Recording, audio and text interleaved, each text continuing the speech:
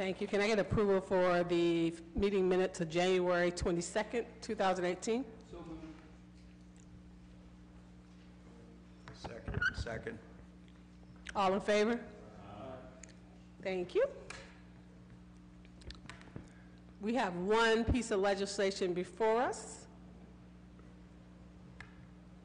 A resolution endorsing the Downtown Akron Vision and Redevelopment Plan, expressing support for it as a precedent for neighborhood planning efforts and declaring an emergency. We're so happy to have Susie Graham from Downtown Akron Partnership with us today.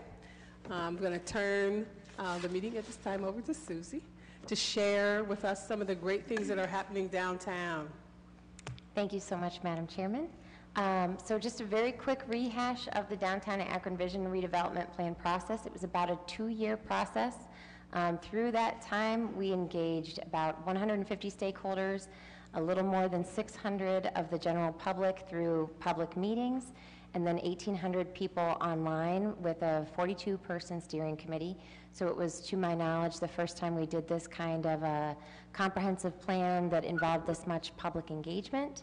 We're really excited about the results. The results came in 2 different packages, basically. The first was the 10 planning principles that were decided upon after the first public meeting, and that was really to try to get all of the downtown stakeholders as well as the general public aligned with how we wanted downtown to progress over the next 5 to 10 year period. 5 to 10 year period being the end of the strategic plan for the downtown area. So those 10 planning principles, including that we need to focus on Main Street, that we want to start with residential, that we're building a downtown community that is has health and safety at the top of our list as far as creating a walkable community, and then also building on our rich history, building on nodes of activity, and then also making sure that we strengthen our connections to our neighborhoods that are adjacent to downtown. That was the first part of the planning process, and the second part really highlighted 5 different focus areas that we did a deep dive and made development recommendations for those 5 different focus areas.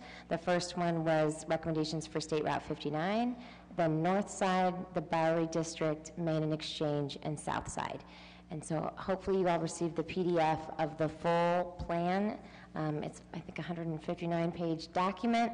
We hope that it does not become a document that just sits in a binder on a shelf, but it's a living and breathing document, and we're excited to see so many projects already moving forward. The other thing that we really love about the process is it's already picking up in our neighborhoods, and I think it's a little early to talk about it, but certainly Huntington Bank is looking at how they can be a partner with different neighborhoods and creating similar planning processes for the neighborhoods across Akron. Thank you. Sure. Any questions for the members of the committee? Mr. Swirsky? Could you talk a little bit more? I mean, this is wonderful. You guys have done a great job. I'm proud. I mean, I'm going to even be prouder as an Akron parent and city councilman. But talk a little bit more about the connections to the neighborhoods. I guess I'm particularly concerned about West Hill and how it'll be connected to West Hill. How far are we at with that? Absolutely. Substantive you could say about that? Or? Sure.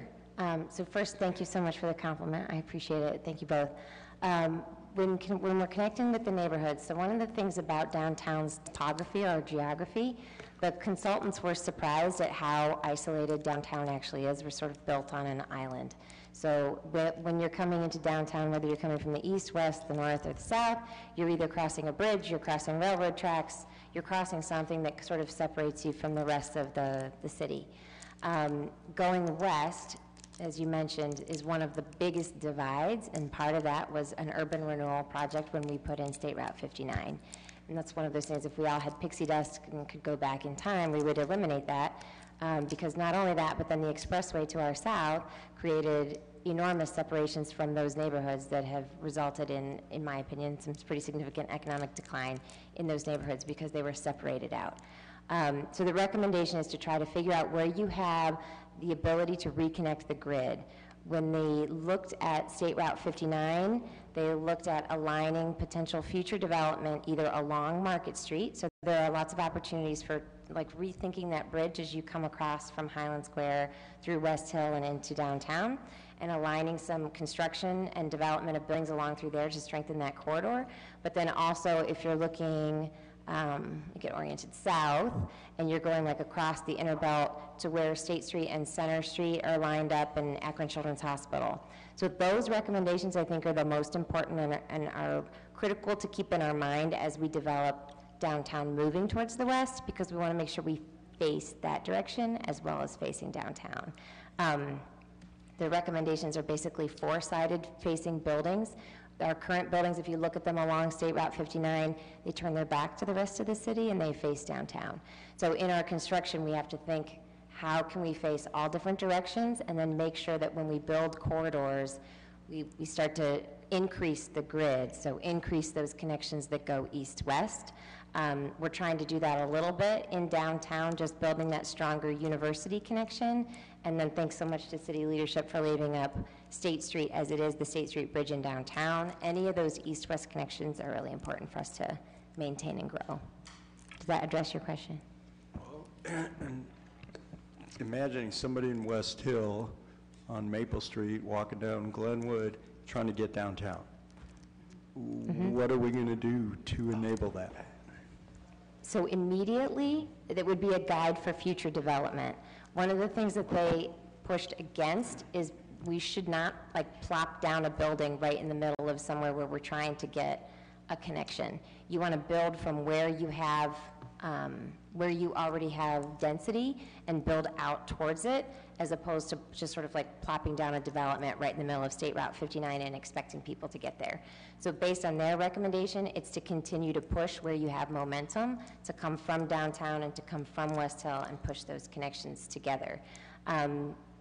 Long-term view, Jason Segedy has talked about asking for better recommendations for the remaining sort of circuitous routes that come off of Mill Street and into 59. You know what I'm talking about, like where you come out of the hotel and you get onto that little curve and you have no idea where you're going. So eventually to have a longer term plan about how to get those roadways to cross back over to the more west side, so that you don't always have to be on Market or Exchange Street. And then there's also recommendations, about continuing that two-way street for Cedar and Exchange. And I think just to add on that, I think, starting with downtown, it really got everybody, first of all, catalyzed together, that everybody sees how great this is. We have a template moving forward that we can go into the neighborhoods with. It got everybody thinking about interconnectivity and mobility, because our downtown, is important. It's an employment center. It's where a lot of services are that people in the area do need to come here for. So it got everybody thinking kind of broader scale about how we connect the entire city together. And then plus we had a really strong partner in Downtown Akron Partnership to really get a lot of momentum forward going on this. And I think we did, and I think a lot of neighborhood people are interested. A lot of neighborhood groups involve themselves in this, in the public process. So I think it was a really great start. And again, now we have a template and we can start to recreate this everywhere and really thinking broadly about connectivity of the entire city. And for the record, all of our grant documents are free to pass on to the next neighborhood. So we've already given them to Tina and to Zach, because they want to they're trying to apply for grants to do a planning process in those neighborhoods. So if anyone is trying to move forward with the planning process, they're welcome to all of the grants that I wrote to get funding for this one. Any members have questions? Thank you, Madam Chair. Not really a question, just more so a comment. Just want to thank Susie Graham for her and her team, just all the hard work that really went into putting together this plan. We had a conversation, just think it's so important that, and I know that the mayor totally agrees, that council gets an opportunity to really see the vision. So thank you for sending this full document so that we see the vision, so that we can really help to make the vision a reality. So again, just thank you. We want to be supportive to what is happening downtown in the core of, in the middle of all of our districts here. So just thank you so much for all your hard work. And I do ask that on tonight, I'm hoping that my colleagues will look at making this council as a whole. Thank you. Thanks so much. Thank you, Madam President. I too had opportunities along with my colleague. I know Mr. Swirsky to participate in a number of the public hearings. I certainly see all the goodness that's going on, and I do see the neighborhood part as just a preliminary kind of development where we are now, and we really don't expect DAP to take full responsibility for that. I certainly see the integration that happens as a part of the reimagining civic commons and the other things that go along with that. But there still are some outstanding questions about what we're going to do in the neighborhoods to connect the neighborhoods to downtown and downtown back to the neighborhoods. And I know we have a little ways to go, but I certainly have appreciated the process. And I think this is we're at a good point where we can say, acknowledge all the hard work that was gone forth thus far to do what we see occurring downtown and working towards building a stronger, better Akron. So I too thank you for all your hard works. So what is the wishes of the committee to pass out tonight? Yes, please. Can I get a motion for favorable report with suspensions of the rules? Motion for favorable report with suspension of rules. All in favor? Can I get a second? All in favor? Thank you. We'll pass that out tonight. Thank you. There is no more business to come before economic development. We are now adjourned. Thank you.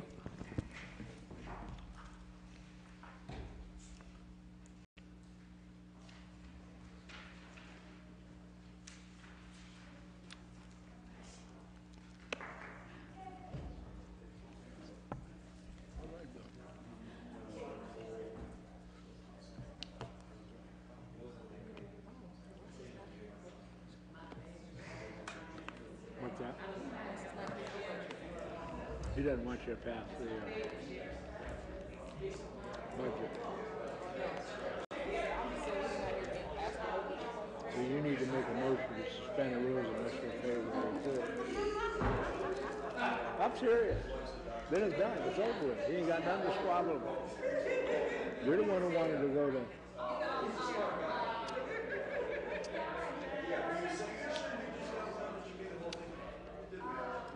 Samples and Sims and Swirsky want their name added. For what? For that piece I just wrote. They have to ask me. They asked me to. I'm just kidding.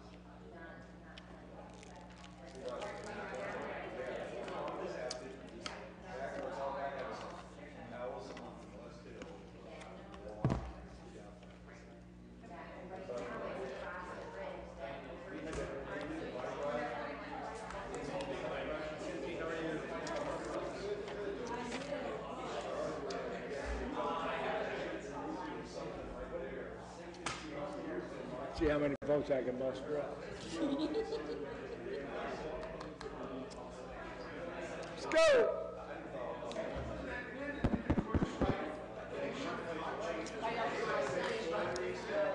We're never late. You're early, man. Wait an hour.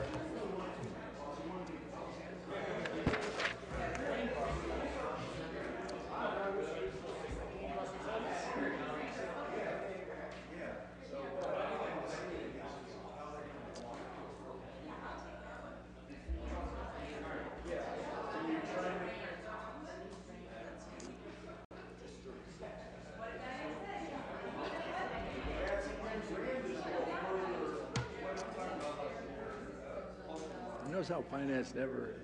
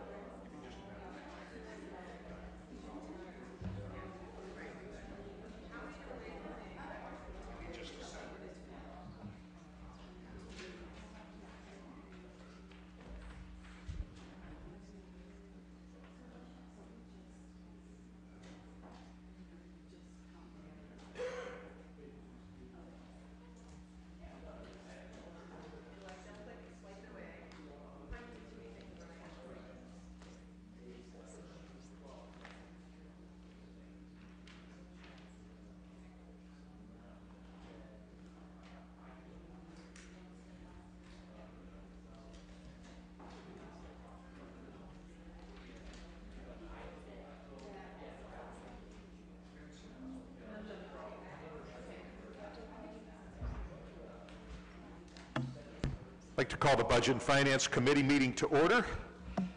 Thanks to everyone for being here. For the record, we have Mr. Freeman, Ms. Keith, Mr. Milkovich, Mr. Hoke, and only one missing, Ms. Amobian. We have one item on the old agenda. Will continue to take time. Thanks to each and every one of you that gave of your valuable time last week to attend our budget hearings, and we have a piece before us here looking at some adjustments from what we talked about last week. Is that correct?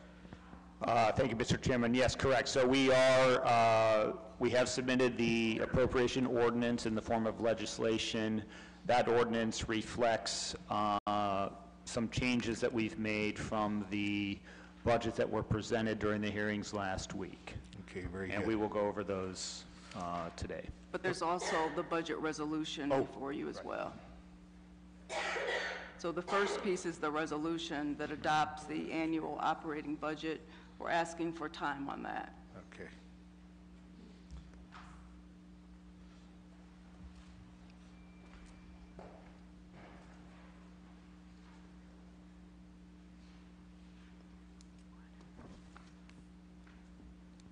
Okay, so we have a request for time. We're looking to pass, what, on the 24th? What? I guess the last meeting of the month is the last date we can pass. Okay. We'll be looking for 26. passage next week if at all possible. Okay, well, I'd encourage, those present and those not present. Best direction would be to whom? If there's questions. Mr. Fricker. Mr. Fricker? Okay. Okay. Okay, yes, motion to continue to take time on the resolution. Okay, thank you. And if we could go over this would be wonderful. Starting with labor, I see $1 million change there. Okay, these are amounts for the issue 4 budget. So what we determined that we were going to do is budget those as interfund service charges rather than directly in labor for the budget. And this is the fire portion of that budget. It's the $1 million. So it's just a change of the categories that we're budgeting, not really a change in the amounts or anything like that. And I'd have to, just out of ignorance, I'd have to ask the rationale for doing that. Because we wanted to show the funds coming into the general fund rather than being spent. So they will be spent out of the issue 4 fund, but we wanted to reflect those salaries in the general fund. Okay. So, yeah. And line 1 and line 2 go together. Right. So the first 2 are for the fire portion of the wages, and the second 2 are for the police portion of the wages. That was my assumption, but I didn't want to. I didn't trust my own assumption necessarily. So thank you. That's the two biggest items, except when we come down to capital outlay. Right, and those are similar to what I just talked about. So we originally were going to show the streets portion of the issue $4 as a transfer over to the streets fund. Instead, we're just going to show it as a direct capital expenditure out of the issue 4 fund.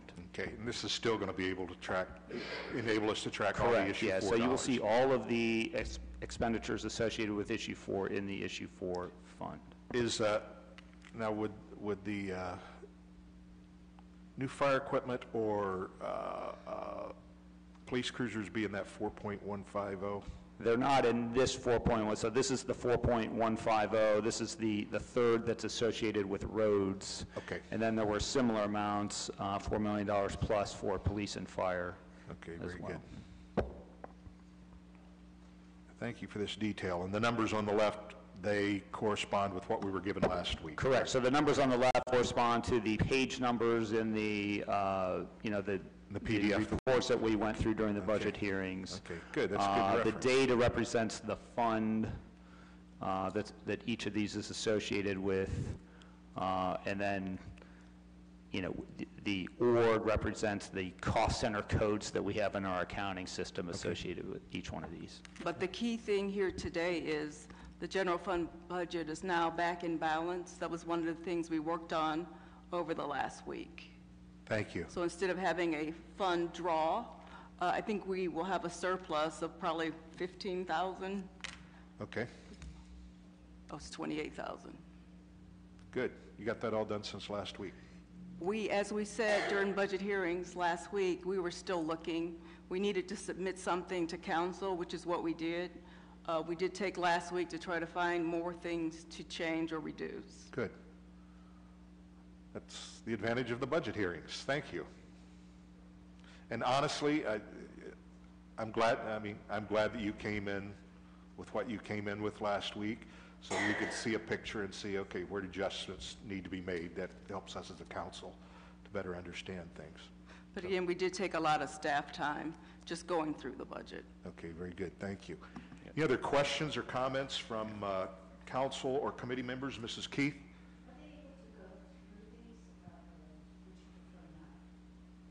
To go through each item. Is there one in particular that you'd like to talk about? Okay.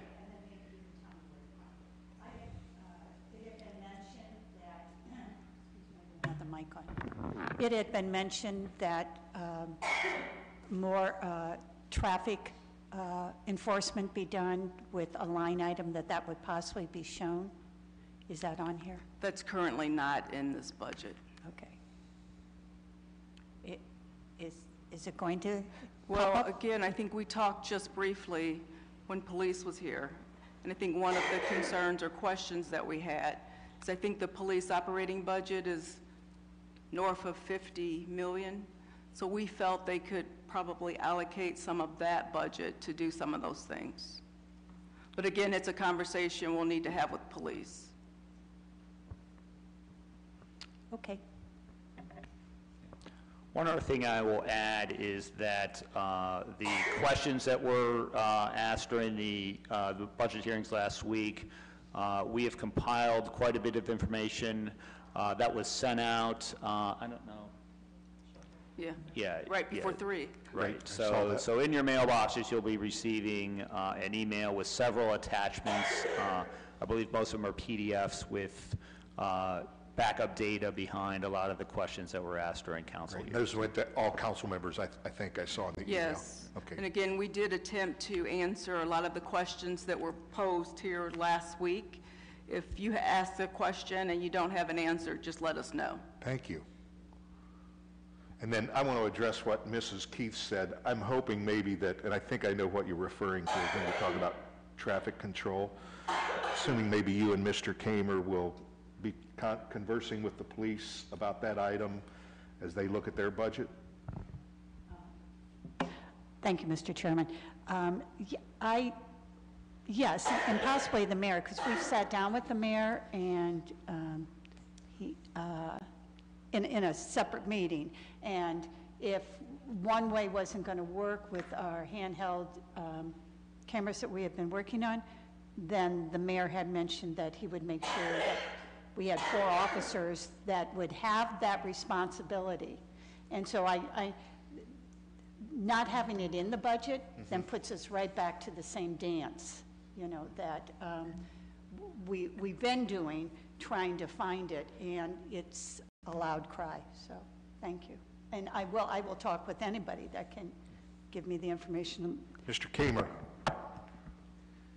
Thank you, Mr. Chairman. I watched the committee meetings last week at home, and I echo what she has to say about radar enforcement, stepping up our game. And I know Rich Swirsky echoed your statements last week too. And you know, I've been patient as a council person in regards to this topic, and the patience has ran out. So the discussions need to continue, and something needs to happen. And I know you just mentioned that you would meet with the Akron Police Department and try to find some kind of funding or some kind of source, but something needs to be done. I mean, I can't continue representing the citizens of Akron and my residents, and speed being a major concern. We have all these radar units. They're not being used. We have no traffic division over at the police department. We have all these speed carts. I call them speed cart radar machines. They are being used. We receive all this data, we're not doing nothing with it. So something needs to be done. I mean, my patience has ran out. I hate to talk like this, but I'm not going to apologize. This is something that we need. Thanks. Again, we hear you loud and clearly, but our charge last week was to look for reductions. And again, we will meet with police to see if we can accomplish what it is that you would like. I think for some of us, when we were in Charlotte in November, I mean, I actually held in my hands the unit that was kind of that at leadership of council at that time had met with folks, and they had the unit in their hand that was kind of designed for what Akron would need, and it's just a ward council. It's just a ward councilman's concern. Speed, speed, speed. I think it's a city as a whole concern. It's not just the ward council. We're all concerned about speeding in the neighborhoods. So, if those conversations could happen, that would be deeply appreciated, and perhaps we can, as a body, we can talk about this more in the near future. But thank you for your work this week. Thank you very, very much. And any other questions or comments? Yes, Ms. Sims?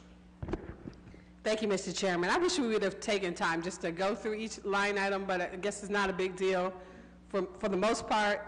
But, everything seemed to make some rhyme or reason. We got closer to previous year's expansion, except for line item 923 in the interfund service charges, the $320,000. That was just interfund billing that we are reducing. It was an interfund billing charge. It's a billing. What do you mean by it? Like a cost for curb service. We would charge it as an interfund charge. So sanitation would pay water for that service. And again, it was a general fund expense that we were looking to reduce.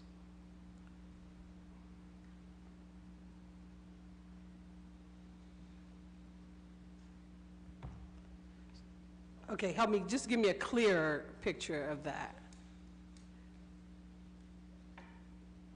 What that reduction means. I guess I don't understand your question, I'm sorry. I guess here it just says reduction in interfund change. But the other ones say, well, closer to last year's expenditures, the previous year's expenditures, and this is just gone. I was just kind of curious. But it was an expense that general fund pays that we're looking at reducing that expense. And it was really general fund paying for sanitation, curb service billing. That's all it was. So who now pays for it? We are looking at reducing what we pay for that service.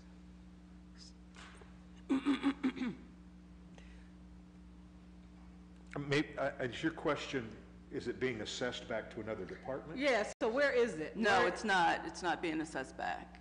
This is something that water was doing for sanitation. But again, it was a general fund expense. Okay. I don't quite understand. Because it looks like this is why I'm asking where did it go and what happens to it and how does it get covered. The expenses over the last several years just seem to vary between $100,000, right around $100,000 differences. Here, we removed 320, so I was kind of like wondering where did that go or how does that get covered? And I mean, I can't imagine, maybe $100,000 or $320,000, what happens to that service and how that's all. Okay. And it just seemed like it was just.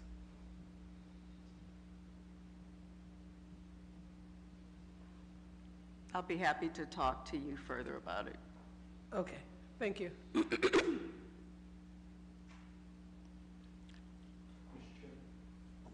Mr. Milkovich. Thank you, Mr. Chairman. Under utilities expenses, you have 120,000 reduction in utilities closer to the prior year. Which utilities and how are you going to reduce that consumption? I think in this case, we actually wound up budgeting a higher amount than what was spent in prior years. And we wound up taking the budget back to what the expense was in a prior year. Mr. Swirsky? I want to second what Councilman Kamer said in terms of figuring out how speeding can become more of a priority that needs to be addressed. And I know you guys have expertise in budget. Just please find a way to fund some of the programs that got cut and to expand other ways that we can prevent people from speeding.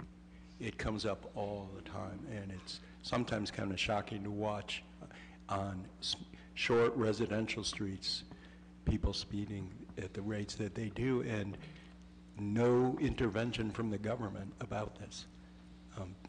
So, please. Thank you. We hear you. I recall a councilman about 3 or 4 years ago suggested the idea of speed humps. Yeah, I remember that too. Like the guy in Ward 9. All right, any other questions or comments?